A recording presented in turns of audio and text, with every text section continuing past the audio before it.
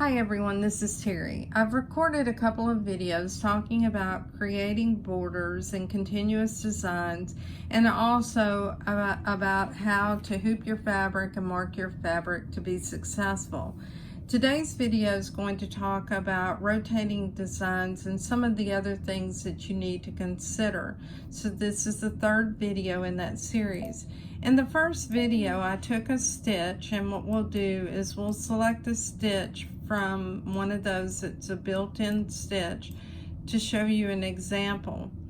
And I want to have one that I can mirror image. So we'll go ahead and choose stitch 137, and we'll choose set. Now what we'll do is go to edit, and I will duplicate this stitch, and I'll mirror image it. Let's go up to 200% so you can see, and I'll move the stitch on the other side and more or less line it up. Now what I'm going to do is I'll group these together and choose OK. I'll go ahead and just move them over on the screen, and I'll go in and select the group icon, and then we'll take this and we'll create a border more or less, and we'll increase the spacing. Now you can see that these are lined up so that they're standing on end, and there's a set of designs. I want to show you what happens if you rotate them and edit. When you rotate them 10 degrees, you'll see each individual design is moving as opposed to the series of designs, so it's moving from side to side. Let me reset it. Let's choose OK and go into embroidery, and we'll go into layout. In this case, we'll go to rotate, and when we ask to rotate it, it says, is it okay to separate the combined border? You have to say OK, otherwise you cannot rotate it. So we'll choose OK. Let's move it 10 degrees at a time, and in this case it is moving those designs. You can see that they're now vertically arranged as I wanted them to be. Let's go back and reset it just so you can see the difference. We'll return and let's look at it again, and what we'll have to do is we'll have to choose undo a couple of times so that we're back to having a group design, and let's go to rotate and let's see what happens. So when we rotate this 90 degrees here, you can see that they're not stacked on top of one another. So the rotate is helpful in the layout function when you have something that you created as a continuous design or a border. It is also helpful for placement, and that's the next thing I want to show you. We'll delete this design, and I want to show you first of all how I made this little flag. But before we do that, I want to talk to you about a couple of things. The first thing is I use blue chalk, and in the second video in this series I warned you that sometimes chalk will not come out. I tried to launder it with just a little bit of water. I did not put it in a washing machine, but you can see that that did not come out. So if I was making something for a gift, I would want to be mindful of that.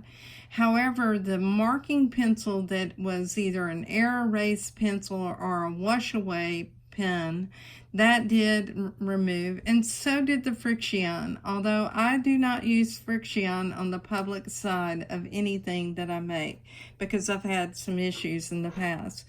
Now I'm using the dime hoop for this, and what I'm going to do is remove this hoop. You can tell that this magnet really sticks, so you'll know that this is the back side of the hoop because you can see this little notch. What I want to do is to advance my fabric enough that I can line up the next series of these flags. I won't stitch them out on this video because I want to show you that in the next video. So what I'm trying to do right now, and like I said, these magnets are sturdy.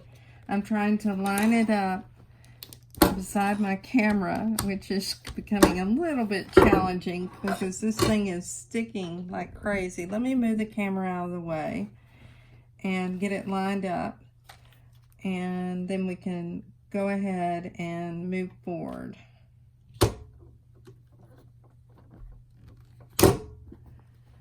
All right. Now, one of the things you'll see is that you can move this around some. So you can see that what I'm doing is I'm just moving it, and you can give it a gentle tug on your fabric and get it straightened up in the hoop. But for what we're going to do today, we're not going to stitch it out. So the next thing we're going to do is we're going to call up that design, but first I want to show you how I made it. So I went into my design center, I selected the stamps, and then from the stamps I went into the closed shapes and chose this little flag, and I selected OK. I won't resize this because I just want to show you how I created it. I want to take the bucket and apply navy blue to this, and I'll apply that. Now what I want to do is go back in and select the straight line, and I want to create the post, and I'll just make that gray. And I just want to draw a little line close to the bottom of this, and I need to make sure first of all that I select that tool to do it, and I'm trying to get it lined up, and there we go. So here's the post. All right. The next thing that I want to do is to add the stars, and the stars are in the first series of closed shapes. I'll choose OK. Let's select a thread color, and I want to use red and choose OK. And let's resize it, and to resize it, we need to make sure it's selected. So I need to undo because I made a mistake. Now it's selected, and now what I'm going to do is go to size, and I'll resize this and make it smaller. Okay, I'll just move this up and see how large it is. I think it needs to be a little smaller. I'll choose OK, and now what I want to do is duplicate it, and then I already have it on my clipboard, so I can have another copy here, and this is how I created this design. So if we go to next, you can see that what the design will look like. Now, right now the colors are not right and the stitches aren't entirely right. So let's see if we can correct this. And it may be that there's a little, not a space there that I need to take care of. So the first thing I'll do is I'll change this so it's that blue and choose OK. And we'll wait a moment.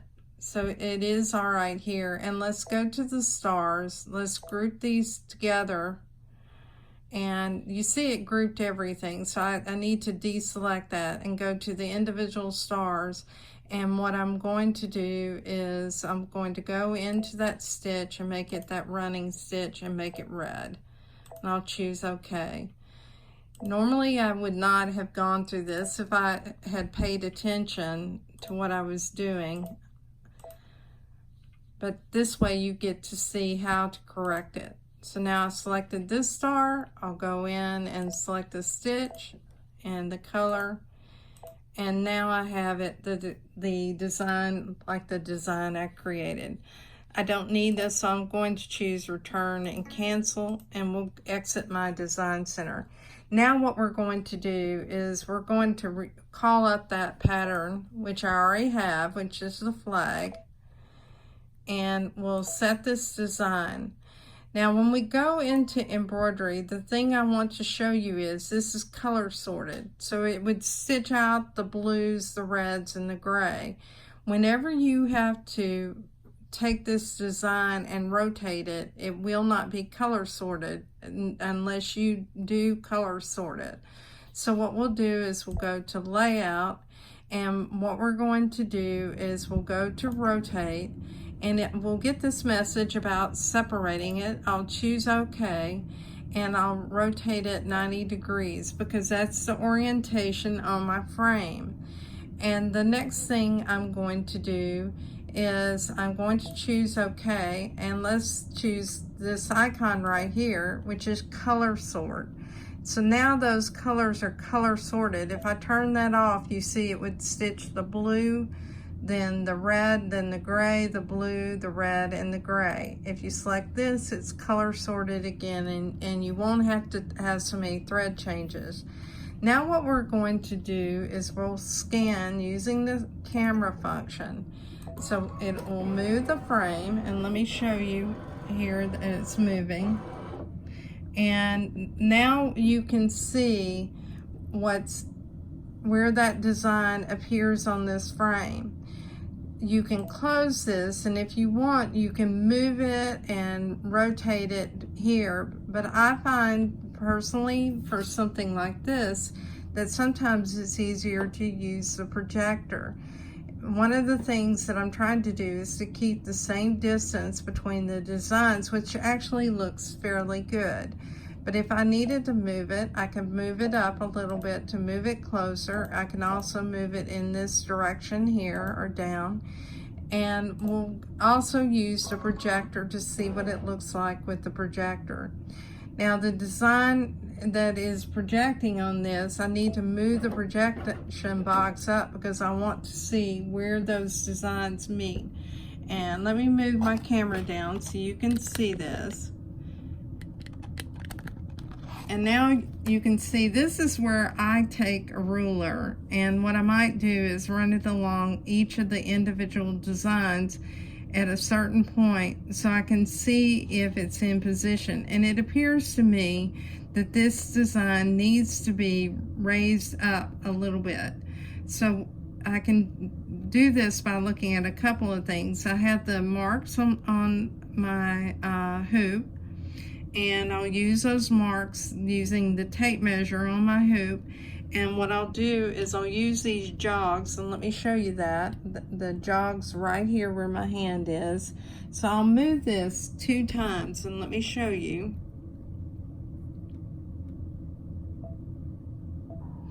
And so now you can see, let me make sure I have everything lined up. Now it looks like I have that perfectly in position. I can also measure the distance by taking this measurement here to see if it's the same measurement, and it looks like that's a little less than 1/4 of an inch, and this is also a little less than 1/4 of an inch.